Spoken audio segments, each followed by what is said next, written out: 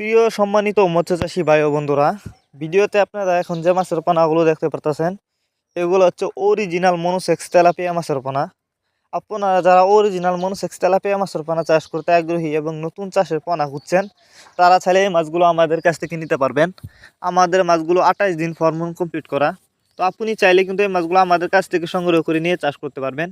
যারা এই মাছগুলো চাষ করতে চান তারা আমাদের সাথে যোগাযোগ করুন। আমাদের সাথে যোগাযোগ করবার জন্য আমাদের ভিডিও টাইটেল ও ভিডিও ডেসক্রিপশন বক্সে আমাদের ফোন নাম্বার দেওয়া আছে, ইমো হোয়াটসঅ্যাপ নাম্বার দেওয়া আছে। আমাদের সাথে যোগাযোগ করে মাছগুলো সংগ্রহ করতে পারবেন। দেখুন মাছগুলোর সাইজ, এগুলা কিন্তু বাছাই করা এক সাইজের পোনা।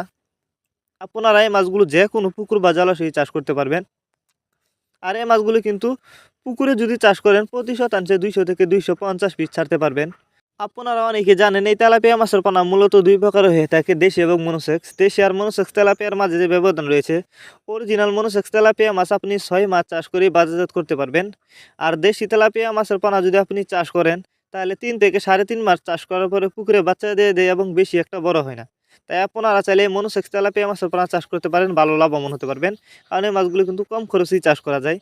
তাছাড়া এই তেলাপিয়া মাছের বাজার রয়েছে প্রচুর চাহিদা, তাই আপনি যদি এই তেলাপিয়া মাছ চাষ করেন ভালো লাভবান হতে পারবেন। অনেকে আছেন বায়োফ্লক পদ্ধতিতে মাছ চাষ করতে চান, তারা চাইলে কিন্তু এই মাছগুলো বায়োফ্লক পদ্ধতিতেও খুব সহজেই চাষ করতে পারবেন। তো এই যে দেখেন মাছগুলোর সাইজ, এগুলো এই বছরের নতুন চাষের পোনা। দেখতে পারতেছেন দেখতে কতটা সুন্দর, এক সাইজের পোনা, এগুলো বাছাই করা। তাছাড়া আপনারা আমাদের কাছ থেকে বাংলা কাপ জাতীয় মাছ থেকে শুরু করে যে কোনো ক্যাটফিশ জাতীয় মাছের চারা আর পোনা সর্বোচ্চ কম দামে নিতে পারবেন। আর এই মাছগুলো কিন্তু আমরা সারা বাংলাদেশে হোম ডেলিভারি করতেছি। আপনি চাইলে যে কোনো জেলা থেকে মাছগুলো অর্ডার করতে পারেন। এই মাছগুলিকে আমরা অক্সিজেনের মাধ্যমে সারা বাংলাদেশে হোম ডেলিভারি দিয়ে থাকি, যে কারণে একটা মাছেরও কোনো ক্ষয়ক্ষতি হয় না এবং মারাও যায় না। ভিউয়ার্স, ভিডিওটি যদি আপনাদের কাছে ভালো লেগে থাকে তাহলে অবশ্যই লাইক দিয়ে দিবেন এবং ভিডিওটি বেশি বেশি করে মৎস্যচাষী ভাইদের কাছে শেয়ার করবেন। মাছ চাষ সম্পর্কে এরকম নিত্য নতুন ভিডিও পেতে আমাদের ইউটিউব চ্যানেলটি সাবস্ক্রাইব করবেন। যারা আগে থেকে সাবস্ক্রাইব করেছেন তাদেরকে অসংখ্য ধন্যবাদ। আর যারা এখনও চ্যানেলটা সাবস্ক্রাইব করেন নাই অবশ্যই চ্যানেলটি সাবস্ক্রাইব করবেন এবং আপনার যদি কিছু বলা থাকে অবশ্যই আমাদের ভিডিওতে কমেন্ট করে জানাতে পারেন। ধন্যবাদ সবাইকে।